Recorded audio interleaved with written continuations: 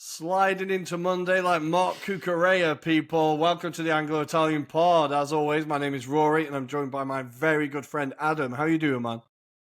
Yeah, not too bad. Not quite sliding into Tottenham Court Road or anything like that, but I was sliding around in Bisham Abbey. Had the joys of watching my little boy take in a game, so I got it full frontal with the gusts and winds of this recent storm Dara. But nonetheless, how are things in Milan and how's life treating you? Yeah, all good, man. The Alex, I did manage to sit and watch the Alex play in fairly blustery conditions. It looked like the game was going to be postponed. Everyone was kind of nervously waiting in the pub, from what I could see, expecting it to be postponed. It wasn't, but we got out of there with a point, and sometimes you just got to be like, okay, we'll take it.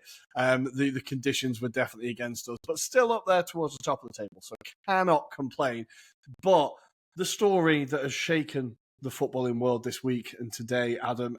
David Coote has officially been fired. He will no longer be a Premier League referee. Probably for the best, eh? None of us are surprised, but probably the right decision, all things considered, right? Yeah, they've picked the right moment, really. They've kind of timed it alongside Dan Ashworth being given the boot at Man United. So that was headline news compared to David Coote, right? But yeah, not surprised given the circumstances of David Coote looking like he was off his face at the time when he said those various different things about a certain German manager at the time. But nonetheless, Rory, I think that's enough said about referees. Let's get into this kind of Premier League action. There were some really good games, right? There was a lot of goals this weekend, some absolute score fests. Brentford 4, Newcastle 2. Brentford continuing to stun and dazzle at home. Not defensively, but at the other end, they're having a lot of fun. Crystal Palace held Man City to a 2-2. I'm going to say Man City kind of snuck out of there with a draw, to be honest. Crystal Palace starting to look more like the former selves. Manchester United losing at home to Nottingham Forest. Some things never change. Arsenal dropped more points, for fuck's sake. Ipswich threw it away against Bournemouth in a 2-1 loss. Leicester scraped and battled to the end as Brighton continued to flatter against the teams they're expected to beat. And of course, the Spursiest Spurs that ever Spurs. Tottenham lost 3-4 to Chelsea at home despite being 2-0 up. We might be talking about that as well, guys. And currently in the El Sacico, West Ham are currently 2-1 up, so we will try to see if that game's finished by the time we have finished. We're going to take a very quick break, guys. And when we come back, we'll be talking all things Premier League. We'll see you there. And we're back. Let's do it. Let's talk Premier League. And we're going to start in North London. Tottenham 3, Chelsea 4. Where to start with this one? Tottenham started so well, obviously going 2-0 ahead. Romero decided to get injured, and the whole game kind of changed. Even when it was 2-0, Adam, was there any part of you that thought the Spurs were going to get out of here with anything other than a loss? It felt inevitable to me that they were going to lose. I mean, it was hyped up certainly that Chelsea would potentially win this match quite easily. So I think there was a lot of credit for the kind of momentum and the kind of tenacity that was offered by Spurs initially in that kind of early exchanges anyway. But yeah, as the game kind of wore on, it felt inevitable, didn't it? And unfortunately, it feels like it's culturally, isn't it? It doesn't matter what you do to this Spurs side and who you introduce. It just seems to kind of rub off on them. And it was basic errors that really cost Spurs in this particular match. And you've got to start kind of pointing finger at other people other than Ange Postecoglou, because I do feel like the players are letting him down massively. You can see on the sidelines in particular when that kind of third and fourth goal go in, he is at his wit's end. He doesn't know what to do with this bunch of players. He can only say it so many times until he's blue in the face. If they're not grasping, just doing fundamental basics, I think that's going to let you down. And I think even when it got to 2-2, you could sense that the whole stadium suddenly drained of what was, up until that point, quite a boisterous affair. You know, the crowd seems up for it.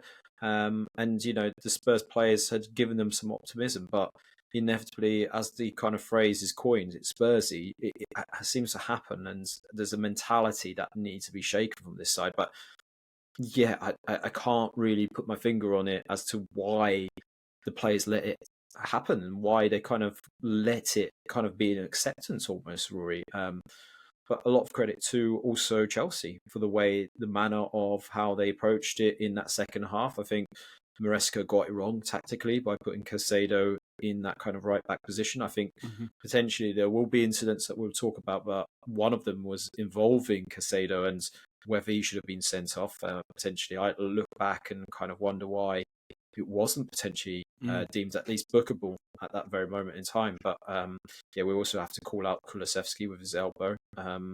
Although that was very quick in terms of the incident, I didn't see it at the very moment. But yeah, again, when you see it on replays, clear elbow definitely potentially again could have made the situation even worse for a Spurs perspective. But yeah, I think obviously you look back and you kind of reflect on.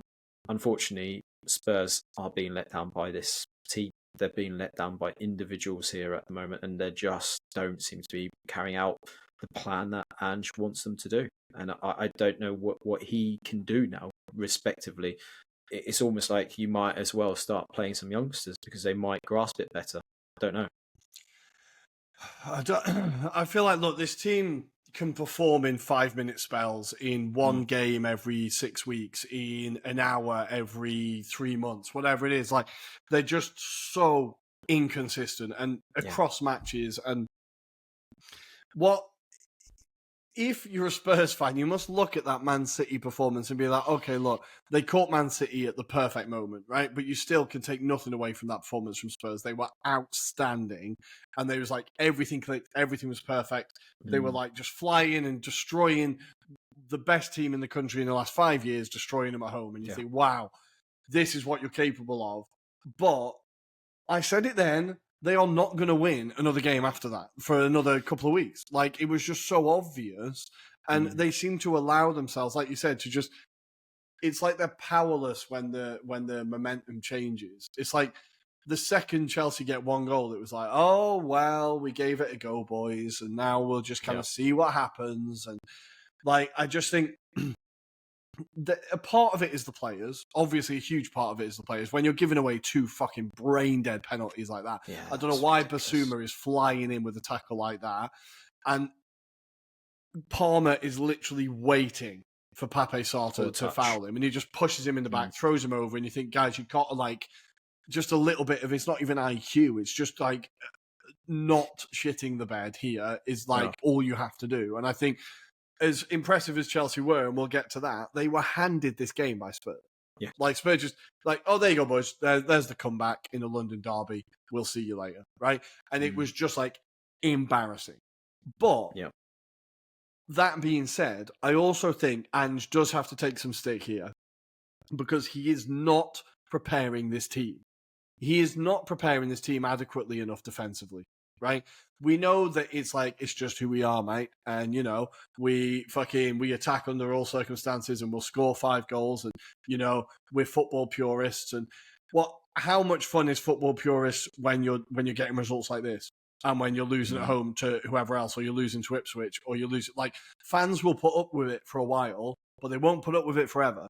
Because it gets really fucking irritating when you're beating good teams and losing to the not so good teams. Yeah. Right. And I know Chelsea are really good. This isn't, but like, to bring in the context of their whole season, they've lost games they should win. They've drawn games they should win. And fans get really pissed off with inconsistency. Because if you're consistently crap, you just start laughing and you're like, oh, this is terrible. We're terrible. Everything's terrible. And eventually it becomes a joke. If you're really good, no problems. If you're inconsistent, people get pissed off. And I think this squad is just super inconsistent. And it's because he's not preparing them properly defensively. They don't have that base level of like, right, when we're 2-0 up, what do we do to see a game out? What do we do to see a half of football out? What do we do to make sure that we don't concede goals now? You don't have to just do what Arsenal did at the Etihad and put 20 men in the box and proper go terrorist ball. Like, you can just be clever. Retain possession, slow the pace down. If it means you got to hit the deck or take a bit longer over a throw-in or whatever, this is just what teams do. It's game management. I feel like he's not preparing the team adequately for that. And it all also feeds into the fact that they don't fucking prepare for set pieces. And you're like, this is such a weak spot that needs addressing. And again, when it's so obvious for everybody, you have to address it. I don't care. Like it's your job to address problems and make sure that your team wins games. And I think there's not room in the Premier League for that kind of such dogmatic beliefs in your system. Like, look, it even happened to Bielsa, and those fans adored him at Leeds, right? And he got chased out eventually because you just can't be that dogmatic about it. You have to be kind of pragmatic at some point, and he's just not doing it. But I think there's also, and when you raised about him stood on the sideline just looking defeated. Now, I'm in an Arsenal shirt. I'm an Arsenal fan, but I think this all goes back to when he realised his fans were celebrating them losing a game. And I think that week, that Man City week, after they lost that game, he came out and said, I've learned a lot about this club, and I've learned a lot about the supporters, and I've learned a lot about what this club is.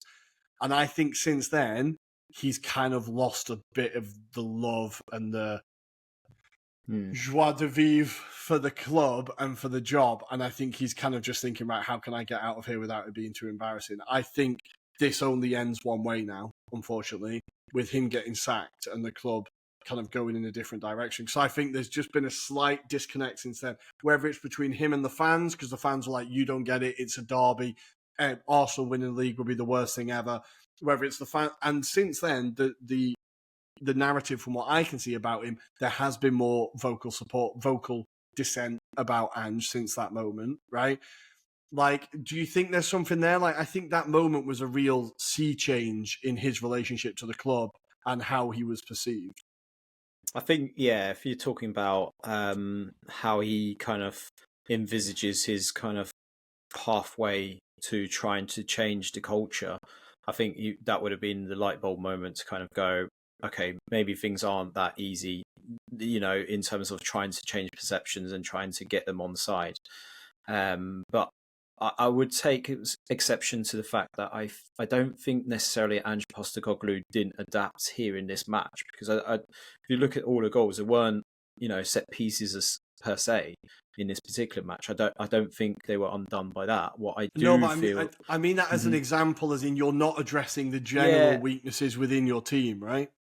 Yeah, I think that's always been stigmatized towards him, though. And I don't think they've conceded as many as they had the previous season. Mm-hmm. So my issue is, I would say it's more the players that don't seem to be offering that kind of leadership skills that they probably need, right? I think in this particular match, if we kind of look at it, obviously he brings back Romero and he brings back Mickey van der Ven, and they both got injured.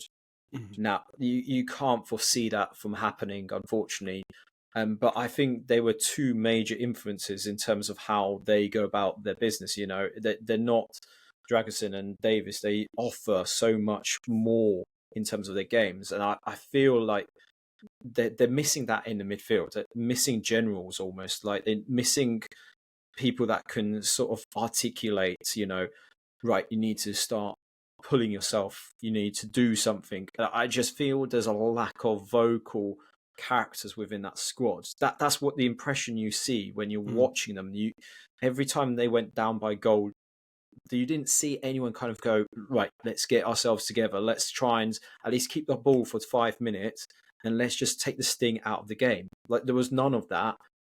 And for me, yes, there is an element. Yes, Ange has got to look at the pragmatic kind of style of football. Yes, there definitely has to be, because this can't carry on, unfortunately. I think he's got to come to a point of acceptance to kind of say, yes, this style of football, my kind of philosophy needs to adapt. It needs to maybe, transition into something that is going to be maybe not necessarily appeasing, but at least get some points on the board.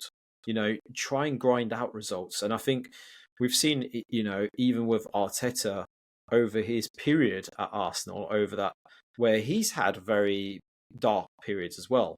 It's fair to say, there was times when it would have been easy for Arsenal to have sacked him and got rid of him, but they could see that they've got a manager that sticks by his principles. He knows what he wants to deliver at the club.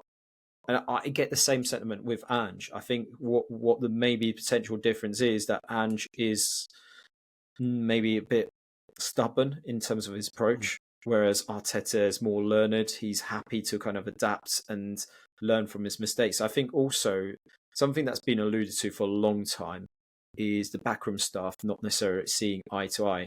This is why Chris Davis, for example, left his position as being a coach there, went to take up the role at Birmingham City. You know, we're getting like sound bites of this happening quite on a regular basis, and I do wonder.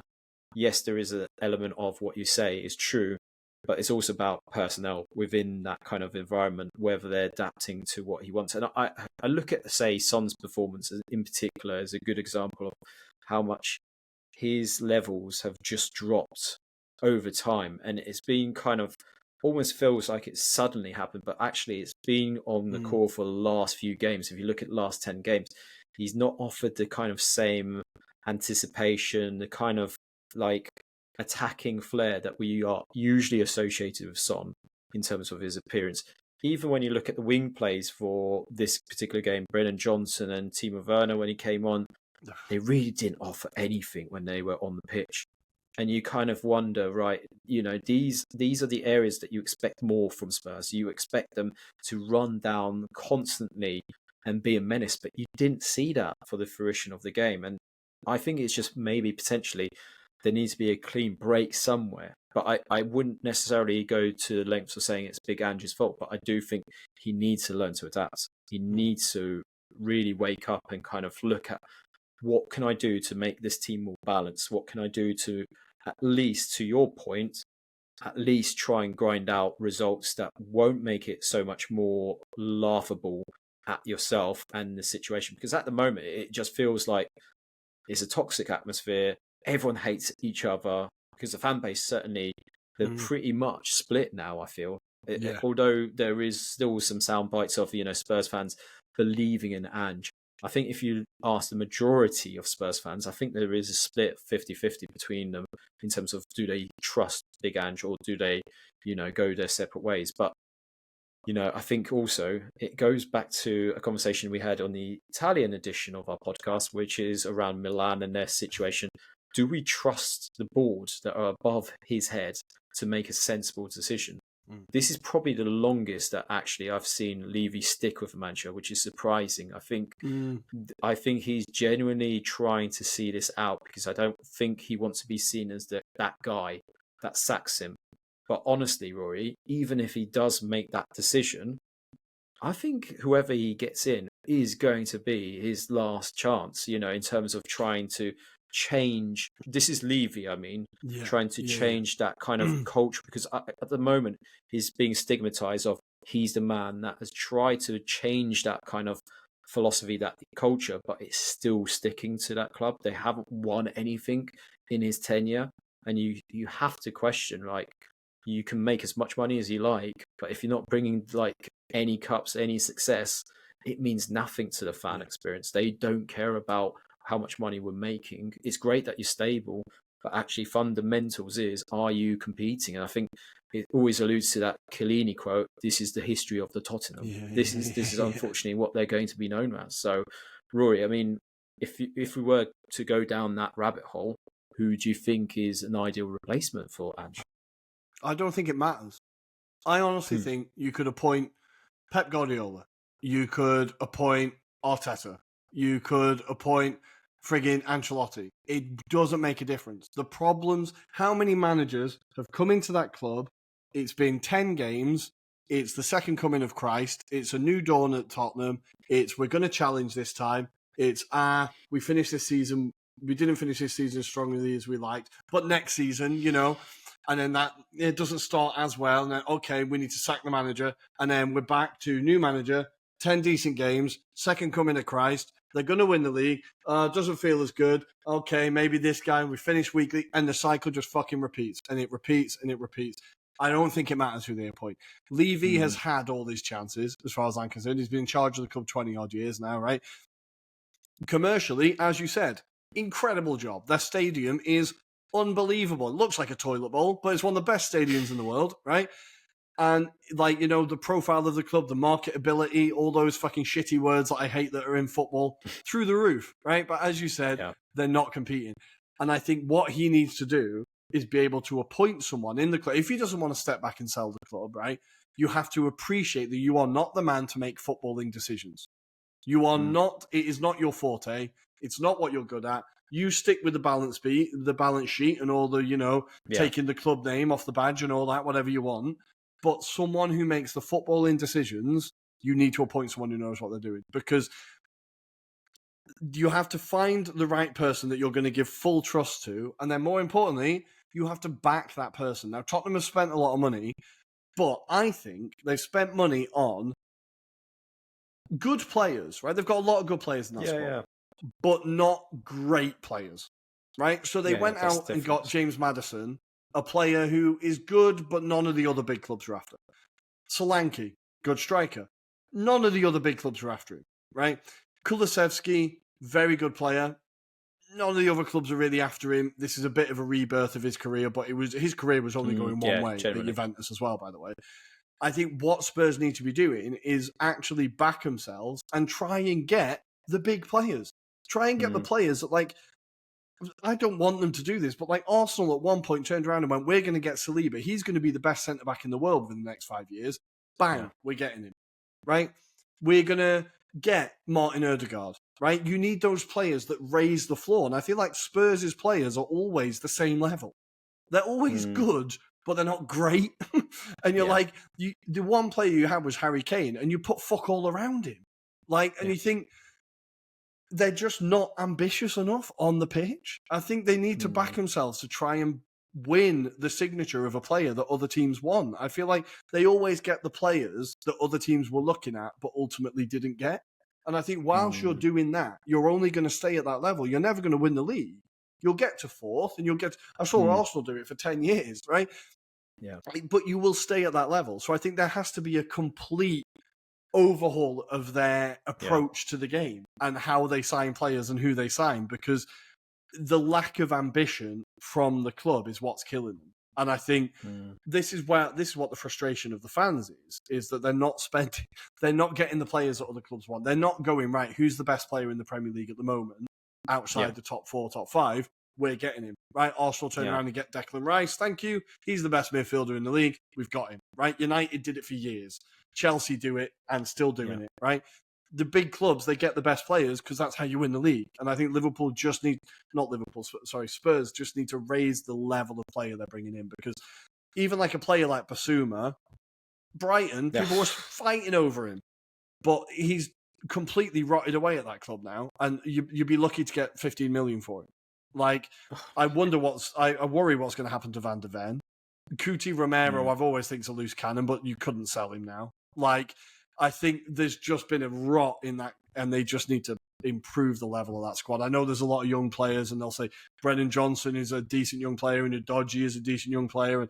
But even players like that, I think they'll be good Premier League players, but I don't think there'll be anything more than that.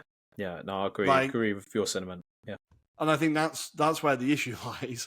They need to, rather than just spending a lot of money, spend money well, and on a better caliber of player. But I personally hope they never do it. But like that's what they need to do. And but I understand why the fans want Levy out. I think he has to take a step back and be like, I'm not able to make the footballing decisions because he's not getting it right.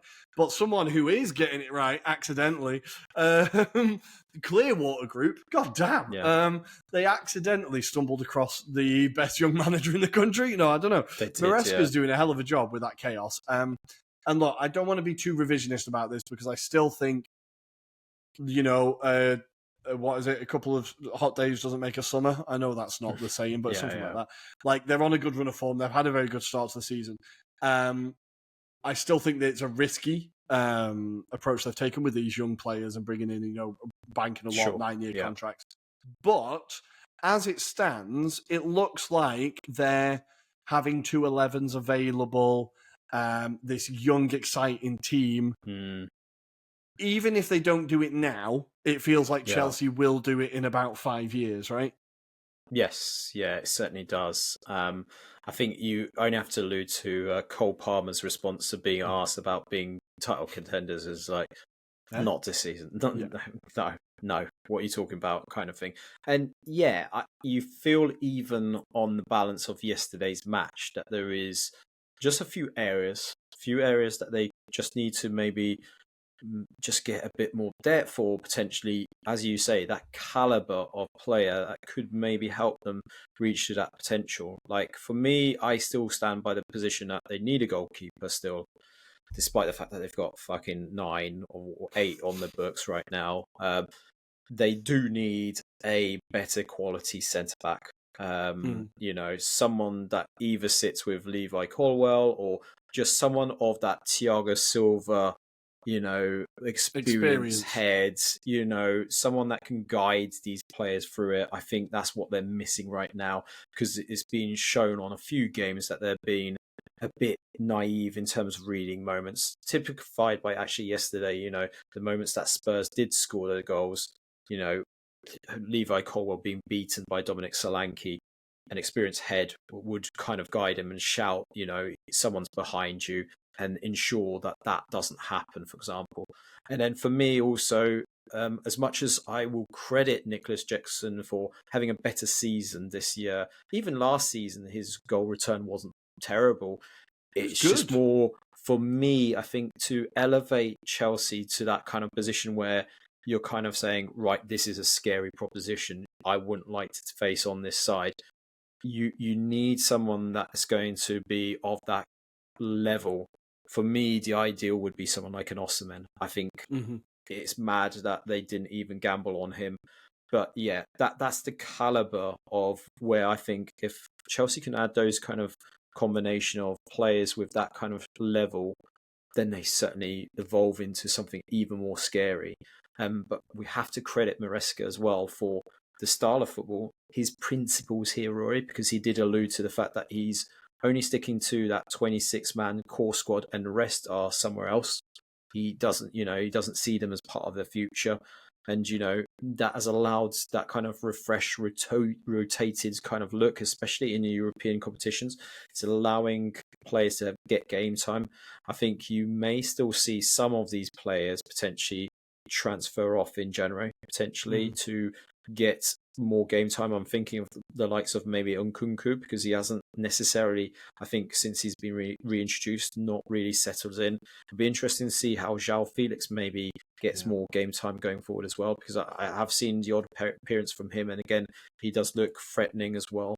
But you could see someone like a Mykhailo Mudryk potentially moving on as well, to be fair. So there are like potential transfers out of that club that might help freshen the balance books and allow Chelsea to get those players that we allude to. But Maresca's style of football is definitely pleasing on the eye. He's got them settled.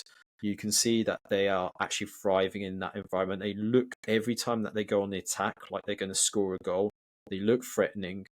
I think it's just balance he's still working out. I couldn't work out the Casado right back Mm. positioning point of view, especially if you've got Gusto. I thought it was more maybe an injury aspect, but it wasn't. It was alluded to the fact that this was a tactical approach. So I was surprised at that. But yeah, this is a side that we should be worried about in the next few seasons if they don't achieve the kind of push for the Premiership this season or next season. Then definitely in the next few seasons. And yeah, I think the worry is when you've got players like Cole Palmer at an age of 22, that he could be in this squad for the next 10 years. And Yeah. it's scary to think we know about his credentials and what he can offer right now. What could he be in, say, 8 years' time? Mm. What could we be about to watch? And yeah, I'm not going to say those words that has been uttered on social media accounts already about potentially being class. You know what I'm saying by the first Mhm. phrase. But I think we should maybe just be grounded by the fact that, yes, he's got signs, but he's not quite at that level for me. I think he's got to show that maturity and understanding to get to that level.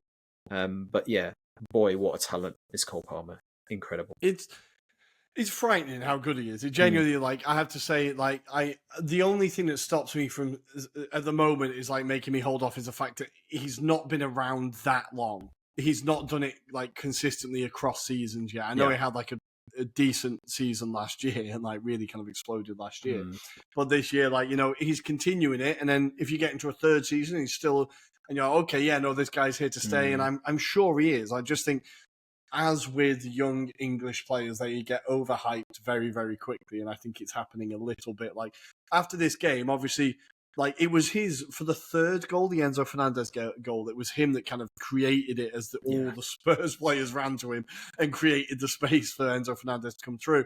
So it's like a brilliant bit of magic from him, and obviously the 2 penalties. The Panenka was just hilarious. The picture of Fraser Forster turned around with his back to it as the ball's not even in the net yet is just like incredible. Like, what a penalty. I would trust that man with my life taking a penalty, right? Like, it's just the way, the coolness is incredible. But post-scoring 2 penalties, it was like he'd scored 2 Maradona goals against England in 86 or whatever, right? It was like, yeah, okay, right, no, it was 2 penalties. Let's calm down a little bit. But an incredible performance from Chelsea. And the fact that, like you said, they never gave up. Even at 2-0 down, they were like, we can get back into this. Like, we know the tide can turn.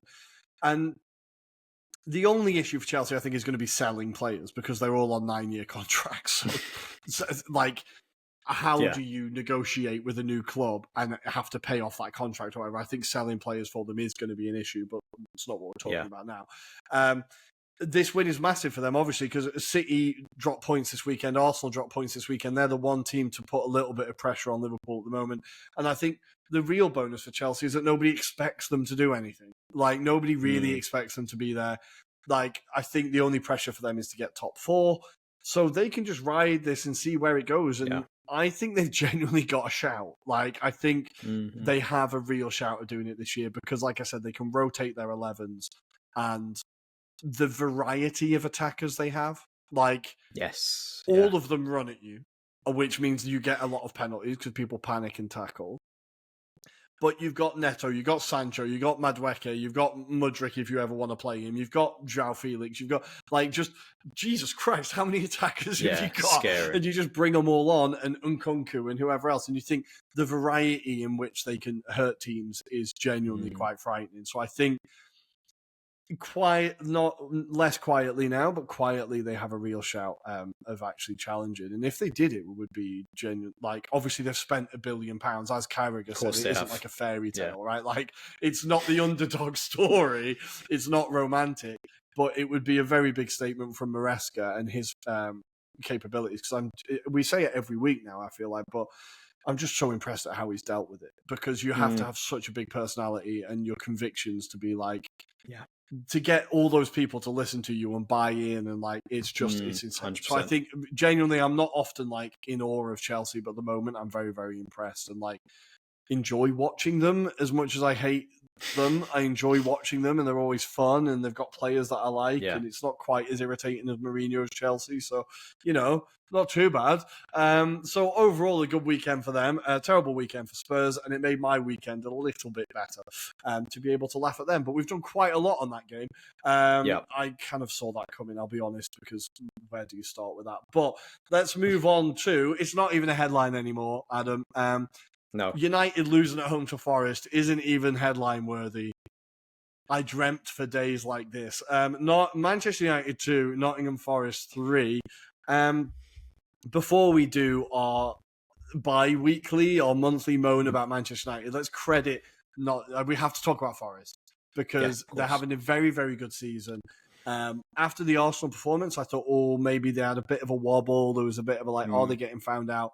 But this game and this performance really put themselves seemingly back on track. Like, United obviously had their chances. There was a few fortuitous goals, and Arna helped a little bit. Sure. But overall, I think Jota Silva and Aina on the right wing were fantastic. Gibbs White, kind of good to see him back again. Feels like he's been away for a while. Just an overall very good performance and a comfortable-ish win in the end. Yeah, I think it all stems to Nuno Espirito Santo getting this team drilled. So organised, grit. I mean, he had to play players out of position. So I'm talking about Anderson, for example, being what was bought as a like a striker at the beginning of the season, being played in a defensive midfielder position. You've also got Ryan Yates, who potentially prefers to be more of a dynamic kind of Declan Rice-esque kind of midfielder, but actually he's being asked to kind of break up the play and allow the kind of wingers to take the ball. And that's what they kind of did against Liverpool. And they repeated this against Man United, where actually it was those attacking players that have got a lot of pace. Callum Hudson-Odoi, for example. We also had Silva on the other side, as well as Morgan Gibbs-White. But they've also got that focal point in Chris Woods, who obviously from this kind of goal tally is now the top goal scorer for Nottingham Forest in the Premier League. He's overtaken Brian Roy in terms of it's 25 goals in total, Rory, which seems madness because it's quite low in overall terms. But actually, that shows you how long ago Brian Roy had this record. And they're working really well in this system. They seem like they're comfortable, this Forest side. And it's weird because you think under Steve Cooper, they seemed organised anyway. And they seemed like there was that kind of elements to their game. But this feels like they're a bit more accustomed to it. They look a little bit more fluid. You know, they enjoy going to big teams now and getting big results like this. So a lot of credit. It wasn't pretty by any stretch of imagination. I know we're making it sound like it was, but actually, you know, I think it goes to stem that if you've got the right coach, right ethos, the right blend of players buying into it, then that's kind of a good thing for everyone. And it was alluded to about the fact that Espirito Santo makes it quite simple in training as well. You know, he clocks off at 3 p.m. He doesn't see any point of being with the players 24/7, trying to drill into little minute details. He's trying to make it easier on the players so they actually take in what they need to. And when it comes to match day, they are equipped. They know what they've got to do. They've just got to practice it out. So I think that also plays a part, you know, making it easy for players, you know, not overcomplicating it. And potentially they're probably thriving from that as well. So, you know, recruitment's always been one of the good things about Nottingham Forest in recent years. And I think Milinkovic is a good example of someone that typifies that they've actually propelled themselves to that next level. You know, you're actually starting to maybe think that Forest in a few seasons' time, especially with Edu now being brought across, what kind of talents could they actually see at that grounds? You know, we've talked about players like Danilo, for example, and how great he's been, you know, how potentially good he could be in another bigger side, so to speak. I'm going to put in brackets because I get slated. We don't upset anyone. But I wonder how much, you know, Forest can push on if they have this kind of belief at the moment. But a lot of credits to Forest because actually they did deserve this, despite the comeback from Man United. And I think, as you allude to, lots of mistakes from Man United again. Well, I just have to say, like, Milinkovic, thank you. I spent the last couple of days putting up with United fans saying how corners don't count from goals from corners don't count, and it's anti-football and it's Arsenal being horrendous terrorist football. And within 2 minutes, they concede another corner. It's like, boys, maybe you're just crap from corners. I did really, really enjoy that. But you're right, Milinkovic has raised the floor at that club, like, but a lot of those signings have. Like, Aina has been incredible this season. But yeah, Murillo and Anderson, like, part of those weird deals before the season started where I thought, it's just money laundering. Yeah, oh no, actually they are, like, they've been all right. And he's been obviously really good for them. Yeah, so I really enjoyed seeing them get like another big win away. Like, for the Forest fans, that must be incredible. Like, just what a day out. Let's talk about Man United. So, Andre Onana aside, because I'm not sure what the frig happened there. He's capable of these games where everything goes wrong. Yeah. You saw the sheer size of the job on Amorim's face after the Arsenal game, like when he had his head in his hands as the corners were coming in, and he was like, fucking hell, how do we deal with this? Like, what do we do? And then this is now at home. It's the first time he's lost back-to-back games in his career in something like 5 years or 6 years, I want to say. It's his first home defeat for a very long time. Like, the last time was against Porto in, I want to say 2019, 2020 maybe. So he's realizing the size of the job here. for the players, do you think that finally that they can't use the manager as an excuse? They will be the ones blamed now. Do you think like this is the manager too far? Like Ten Hag, it was kind of easier to blame him. Like Mourinho, it was easier to blame him. Ollie, it was like. Do you think this is the manager where it will actually stick to the players when shit like this happens? I think from an Ineos point of view, which I'm sure we'll delve into as well, We'll get there. They will want this to be the case of like he's going to change this team up, he's going to shake them up, and whether that means he has to move on players, then certainly it will highlight performances. I think we've already started to see that a little bit in terms of Rashford, for example. Like he's been given a shot, and I'm not dismissing him at this stage. I think it's far too early to say so, but I think his attitude has got to change. A lot, and this is not just exclusively at Rashford. I think I've never been a big fan of De Ligt, for example, as a signing. I thought that was them clutching at straws, thinking that they've got themselves a bargain, when actually, in the grand scheme of things, I don't know what he actually offers in terms of solidity. I think if you look at it, Lisandro Martinez is another one, feisty, but that goal that was conceded for, I think it was the third one, where it loops over his head. Like, I wonder where you kind of go with him, because he's also made out of glass in terms of he always seems to get injured himself. So do you just cut your losses now? I mean, that is kind of a philosophy that's done quite, brutally in Italy, where signings don't work out, then they'll ship them out. I think there are some green shoots, in the likes of Ahmad, for example, Fernandez as well. It was good to see the introduction of Mainu again in this squad as well. I felt sorry for him because he was just being overrun in midfield again, because just no one was doing the basics. And to a degree, Dalot, I think he should be played on the right hand side for me, because he's not a left sided player. But I think that just goes to kind of highlight where Amorim feels that he's really weak, that he's having to play Dalot on that left-hand side. He doesn't feel like the availability of the likes of Shaw and maybe Malacia. I don't know what the hell is going on there, but I think it highlights what we already knew, Rory. We knew that there was issues in terms of the quality of players that they've got at that squad. And it's now going to force the issue. I think we have to remember how long it took Klopp, for example, to transition that Liverpool squad to the team that we see these days. I think this is going to be very similar, where he will have to potentially run down the contracts of these individual players and then bring in players. I think that's the only way to do it. Unfortunately, however, the businesses that have been done from previous kind of purchases and previous managers have meant that certain players have had extensions on top of their current contracts, which means it's harder for you to shift them on. I'm quietly fascinated to see what business they do in January, because I think you might see the likes of Harry Maguire get sold on. Not saying that's genuinely the right approach, but potentially I don't think he fits the Amorim style potentially of what he's trying to implement. I think he'd work well in the back three. I honestly think it's kind of perfect for him. It's kind of perfect. Have him as the centre back that doesn't need to really pass the ball and can just head shit away. I think he's kind of made for this, honestly. But I think you're right about there's a lot of players that need to move on from. Arsenal were only able to do it so quickly because we literally paid players to leave. We will pay off your contract, just leave. That was really drastic. It was a conscious decision the club made. It limited us in the transfer window in other places, and you have to be right, we need this now.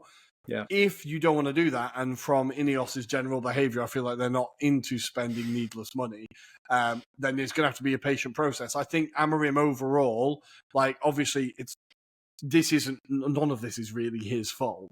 I think that we've seen enough of a clear plan and a clear idea already, more than we ever saw with Ten Hag, that you're like, okay, yeah, patience with this guy will pay off. But there's going to be a lot of days like this. There's going to be a lot of weekends and games like this, and I think the player that I'm interested in is Garnacho. Is he going to adapt fully to this kind of number 10, a bit more narrow? Is he going to be able to adapt to that? Because he's such an exciting player. He's a player I really enjoy watching, and I want to see him be able to grow and develop a little bit more. Again, that's going to take patience as well, though. But ultimately, this is just another frigging embarrassing loss for United, right? But not the most embarrassing thing this week for Manchester United, as we're going to move away from the football pitch and talk about the boardroom. Utter woke nonsense. As they sacked Dan Ashworth. They basically waited for him to join longer than he worked for the club. So he was on gardening leave for a long time, for 5 months, right? Then he worked for 5 months, and now they sacked him. This is the kind of business acumen that they brought in EOS for, right? This is the kind of quick thinking and whip smart thinking that they were looking forward to. It reminds me of the, whenever Elon Musk makes a decision and there's like someone praising him for being on Twitter as well. Yeah, and it's like ironically. Elon Musk slams his cock in a car door and it's like, great gambit, sir, a stroke of genius. Like, I feel like there's some people that are still kind of being like, no, EOS know what they're doing. Okay. I'm not sure they know what they're doing. Adam, take us through their last... They've been there like not even a year yet, right? Yeah, so if we, you obviously know about Dan Ashworth and the fact that he was on gardening leave. They agreed a $3 million fee eventually for him to be relieved of his duties at Newcastle and transferred. But in between that, we've also had the cut or redundancies of 200 people from their roles. Also, obviously, we've had the kind of potential replacement for Ten Hag in the summer saga, where he was also interviewed for his own sake to see if he was worthy enough to continue, and then obviously installed with a new contract at the same time. When they realised they got it all wrong, they obviously sacked Erik Ten Hag, but also at the same time then decided to relieve Alex Ferguson of his duties. No one knew he was employed by the club, but yet he was there as well. But also in the background, we've also seen cancellation of free tickets and meals for all staff members. There was rumours about potentially hospitality snacks being passed down to the staff after they've been used by the corporate facilities. So yeah, that probably didn't go down too well. Obviously, there's been rumours about the training grounds and the ways of working there, that they sacked a number of people there as well. So now, people that have been over 20 years that Alex Ferguson knew by first name terms, being told they're no longer needed as they try and strip it out and make it more efficient in terms of the cost saving piece. But also in between that, we know about the increased prices that have been introduced to fans. So there's no concession rates. It's a flat fee to introduce those, I suppose, fans that come for the day outs and want to experience the Man United thrill. I don't know what that is, by the way, because there's nothing thrilling about turning up at Old Trafford. Come on, watch us lose to If you want a waterfall, yeah, if you want dead rats around the place, feel free. And, don't eat the food inside the stadium because you don't know what you get in apart from a bit of coal. So, yeah, and then in between that, we've seen the sacking of Dan Ashworth, which in itself, Rory, was quite fascinating to read because reading between the lines, obviously, you kind of say, the understanding is that they clashed over the approaches. They didn't have maybe necessarily the feeling on both sides. And this is what I'm talking about is Omar Berardi, who they brought in from Man City. Obviously, he's been more accustomed to maybe astute kind of thinking. Whereas when they had Dan Ashworth talking about, and this is rumoured, by the way, but the likes of candidates like Eddie Howe and, for example, Gareth Southgate to replace Ten Hag, that wasn't the sentiment that was felt from Omar Berardi and co. For example, they were looking for someone that's a bit more dynamic. And yeah, there's been some hearsay to say Dan Ashworth, although he kind of welcomed Amorim to the club and made it as feasible and comfortable for him, he's not necessarily seen as a progressive as they thought it was. You only have to look at the kind of events after he left Newcastle, where Paul Mitchell said he left it in such a state that he's had to spend time to reorganise the kind of structure of Newcastle United. And you have to wonder, when people like him get into these positions and they've been overhyped over time, maybe they don't actually know what their levels truly are and where they, have they been learning? Have they been progressing themselves? It feels like he's bought into his own hype and not maybe moved on with the game potentially. But this is all a combination of different opinions here, Rory. And I wonder if that culmination has been the realization for Barada to say, I can't work alongside this person. He's far too backward thinking. it happens in Formula One, Rory, where if you bring in an old engineer that hasn't been kind of with the new school of thinking in terms of aerodynamics, then they're not going to survive, because that's not the way, teams work. And I feel this is potentially the same sentiments with Dan Ashworth, that maybe he was maybe more pragmatic in terms of like going with the safe appointments, and maybe not in terms of development. And perhaps, the way that Ineos are thinking is fast, quick, it needs to be dynamic. But yeah, as we allude to, I don't think Ineos is a good representation of success either, because if you look at the previous kind of run clubs like Sky, the cycling team, and Nice in particular in France, then you get a fair idea that actually they've ruined those two bits as well.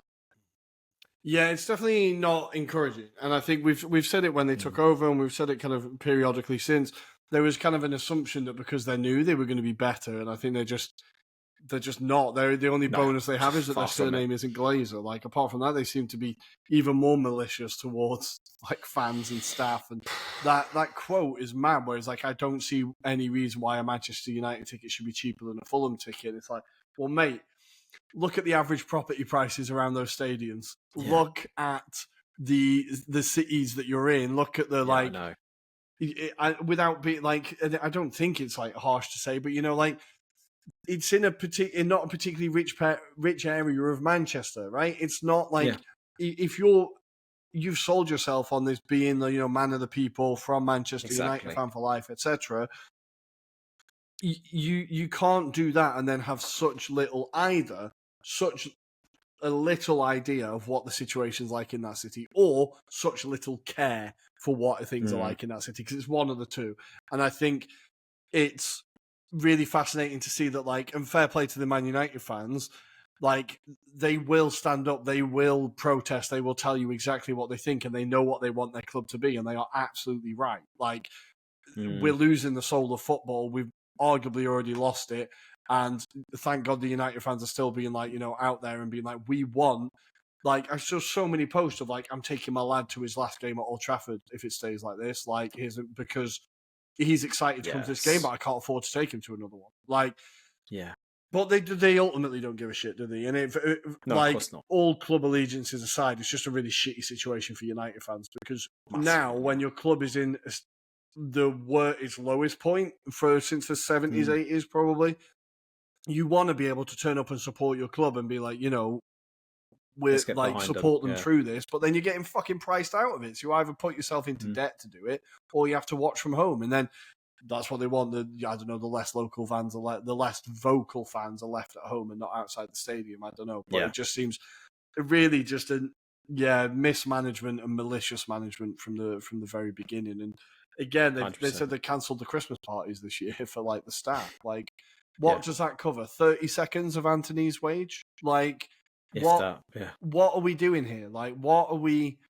People aren't thick. Like, they can see through it. And hopefully the protests continue and the protests are still vocal and he has some questions to answer, because I still need to sit and read it, but I've seen parts of his interview. He was interviewed with United We Stand, the fanzine.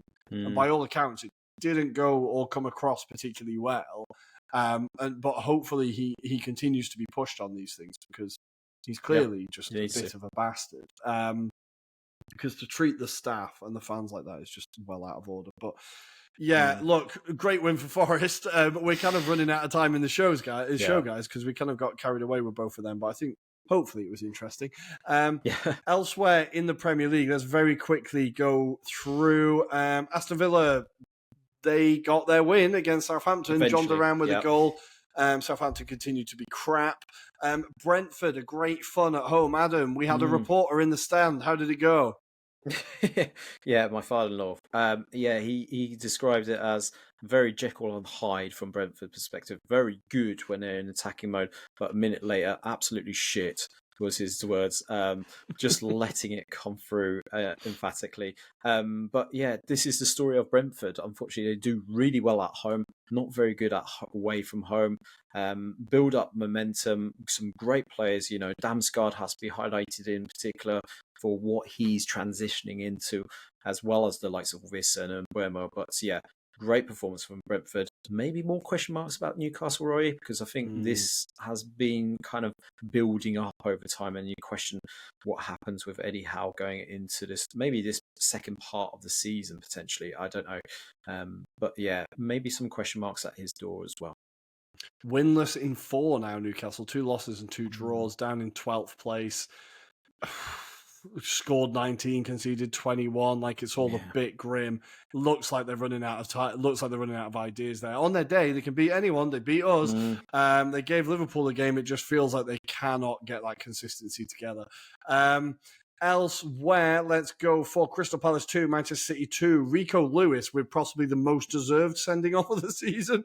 Horrendous tackle. But Manchester City did manage to equalise in the 68th minute to rescue a point through Rico Lewis. He had an eventful game. Munoz getting another goal, 2 games in a row, and Palace finally starting to look a little bit like themselves. Maybe it will be enough to drag themselves out of it. They are currently 4 points above the relegation zone, so feeling a little bit comfortable. But I think we're seeing marked improvements there, right? Enough from them to feel a little bit of hope. Fulham 1, Arsenal 1. Not sure how we didn't win the game. God, we're crap at times. But Saliba, set piece again, ole, all that. We can only score from corners. Ipswich Town 1, Bournemouth 2. Ouattara in the 95th minute. Ipswich was so close. 87th minute and 95th minute, these goals. Ipswich was so close, but again, they fall to defeat. Adam, they just cannot get these results over the line at the moment. No, they can't. It does feel like maybe just a lack of experience. You have to be reminded of the fact that about 3 or 4 of those players were there when they were in League One. So, it goes to testament to show that they've risen in terms of their levels, but maybe this has caught them out in terms of experience. Maybe they just need 1 or 2 additions, Rory, in January transfer window. But we have to caveat that by saying they've come up against a superb Bournemouth side that are showing some great form at the moment under Iriola, who is destined for bigger things. Again, I'm going to use quotation marks, bigger things. But yeah, I think genuinely really exciting projects. I'd love to see Bournemouth keep Areola in that sense and see what they could do. But yeah, it just feels like Areola feels like the next up and coming manager, the way that he's managed to embed this culture into this team, and they just look superb at the moment, Bournemouth. That squad of teams from Forest, Villa, Brighton, Bournemouth, Brentford and Fulham are providing a lot of entertainment this year. It's going to be really interesting to see which one of them manage to qualify for Europe, because it looks like England will get the 5th Champions League spot. That means it's down to 8th for European spots. It'll be fascinating to see which team really gets there, because they're all capable of beating any team on their day. And providing a lot of fun this season. So we salute you guys. Thank you very much. Speaking of late goals, Leicester City, Brighton fans were absolutely fuming online with this. They were 2-0 up in the 79th minute and endeavoured to lose Vardy in the 86th, of course, and Bobby Decordova-Reid in the 91st to get the equaliser to give Leicester a point. I think that's a big point for them. Just a little bit. That's one of those draws that feels like a win, right? You're like, you feel like you've gone, and just that boost it gives you, a big moment for Van Nistelrooy there. Something to build on. And then we have West Ham have beaten Wolverhampton Wanderers 2-1. Now, obviously, guys, we haven't watched the game, but that doesn't mean we're not going to give opinions about it. Do you think this is the end for Gary O'Neill, Adam? Or the rumour was this might be the end for Gary O'Neill? Well, why not stick it into him? Because I've got nothing to lose, Rory. But yeah, Wolves definitely look destined. I feel there's only one way for Gary O'Neill. I have kind of been very vocal of the fact that I feel they will struggle this season. Inevitably, unfortunately, that kind of run has run his course, so to speak. So he's got to stop making cups of tea, Rory, and concentrate on his tactics, perhaps.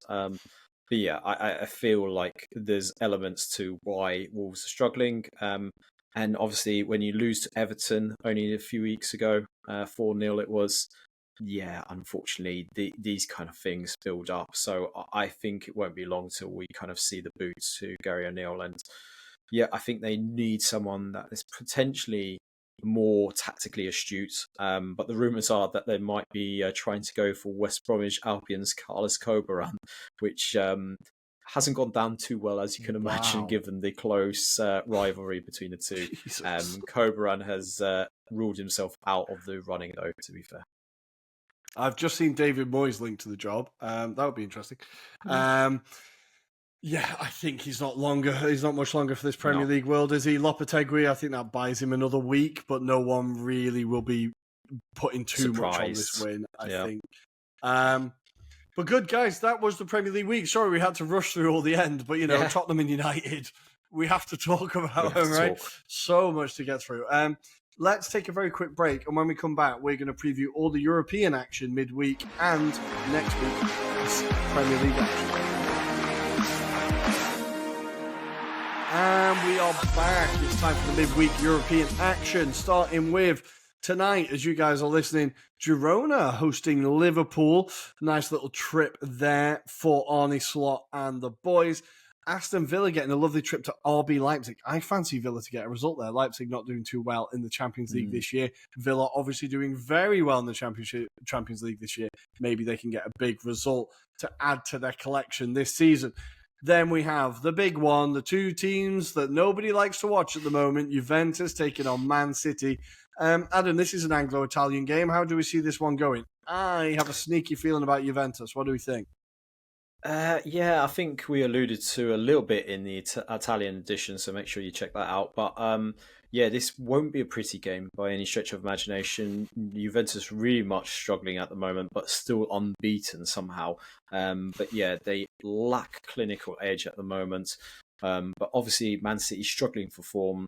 This might not be pretty, but I expect Man City to potentially edge this one out. But don't expect a masterclass in that respect. Yeah, I would avoid this one like the plague. And then Arsenal will be hosting Monaco, just hoping to score from open play. It would be nice. In the Europa League, we have Victoria Pilsen will be hosting Manchester United. But the big one, Big Ange, I'm sure he's going to get a lovely warm reception as they head to Ibrox as Rangers face Spurs. This has got like fights outside the ground written all over it. But how do you see this game going? It's fair to say Rangers have been performing better in the Europe competitions than they have been in the league. Whilst saying that, they obviously did win over the weekend. So, it's going to be interesting to see the reception of Big Ange back in Glasgow. I'm sure they'll make sure he's reminded of how well he's doing at Spurs at the moment. I could potentially see Rangers maybe winning this match potentially. So it'd be fascinating. It won't be a great welcome for Big Ange, and let's see what happens thereafter. It's the last thing he needs, isn't it, really? It's the last thing he needs. It's not great. Going up there. Bloody hell. Yeah, it's the last thing you need. And then finally, in the Conference League, Chelsea will be flying all the way to my former home country of Kazakhstan as they take on Astana. I'm sure they'll enjoy it. Astana were absolutely crap this year, so I think Chelsea should be very, very comfortable there with their second 11 and get the win over the line. The new Saints have got Panathinaikos, massive. Absolutely love seeing who they're playing. By all accounts, they've been quite unlucky in most of their games. They've done pretty well. So hoping the boys do well there. But guys, that is everything. Adam, take us through next week's Premier League action. Arsenal get to play Everton. I'm a little bit excited. I may have just jinxed it. Yeah, certainly. So we will start off at 3 p.m. on Saturday as Arsenal host Everton. Their local friends, Liverpool, will be hosting Fulham in the meantime. Also, we see Newcastle United at home to Leicester City. And if Gary O'Neill is not sacked by this game, if potentially Ipswich could beat them also at 3 p.m. at Molineux, that might cement it for Gary O'Neill. But let's see. Otherwise, at 5:30 p.m, we also see a bit of a Midlands derby as Nottingham Forest host Aston Villa. We then move into Sunday's fixtures, starting off at 2 p.m. We've got Brighton Hove Albion for that much-loved rivalry with Crystal Palace. Before we see at 4:30, Rory, the Manchester derby. How did we forget about this? But City at home to United. Before at 7 p.m. for this very odd fixture time, we've also got Chelsea at home to Brentford and Southampton at home to Tottenham. Before on Monday night, we've got the Super Monday fixture at 8 p.m, which is the Harry Redknapp derby. That is Bournemouth at home to West Ham, Rory. So that is your round 16 games there, Rory. Why are West Ham doing all these Mondays? It feels harsh on them. Why are they getting put on every Monday? Well, guys, that was Someone loves everything. a vote. We hope you enjoyed it. Thank you for joining us. As always, Adam, anything to say before I send the listener home? If you are on the Apple variant of podcast streaming, if you could do us a favour and give us a bit more variety in terms of the reviews. Obviously, if you'd like to call us a bunch of cunts, by all means, but we just need that rating to be slightly higher if you can. That would be greatly appreciated. But with that, Roy, I'll send it back to you. Beautiful. Thank you as ever, guys. You can find us on TikTok, Instagram, and Blue Sky at Anglo-Italian Pod. You can find us on Twitter at Italian Anglo Pod. If you're on YouTube, hit the like and subscribe button down here. Tell a friend, tell a loved one. They can all join the party. And if you're listening on an audio podcast, give us a subscription, give us a follow and a rating, and we will love you forever. We love you anyway, but we'll love you even more. Go and check out the Serie A episode. We'll see you next time, guys. See you later. Ciao, ciao.